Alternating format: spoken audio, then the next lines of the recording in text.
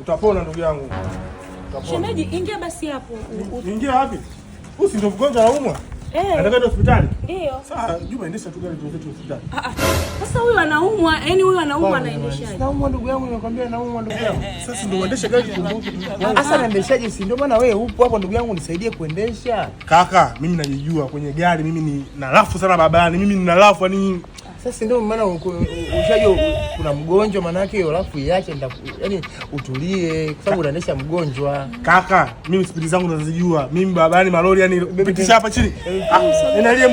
Hebu shemeji, samani nakuomba lakini kwa hiyo tu tusaidie. Wewe gari unaweza kuendesha? Mimi siwezi kuendesha. Mbona mimi ningeshaenda? Hawezi kuendesha. Na kama angekuwa anajua kuendesha, singekuwa shanaendesha kwao. Sasa mdoto tunakaa na mtu ndani ajue kuendesha gari kweli ndugu yangu?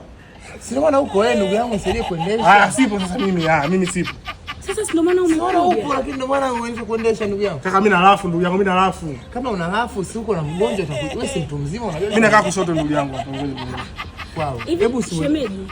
Tusaidie basi. Tusaidie basi kama unasaidie ndugu yako. Wewe hapo usitoe hapo nini Juma? Yaani kitu ambacho uelewi ndio unafaa kwa nini uelewi? Ndio nasema sielewi kwa sababu wewe ndugu yangu unafanya kuniendesha ili naumwa. Kwa mpaka nikwambie sijui kuendesha gari useme haya ulizike sasa. Mbele ya mwanamke mkasikia kama sijui kuendesha gari. Ulizike sasa. Ndio shida yako hiyo. Kumbe shida yako? Sijui.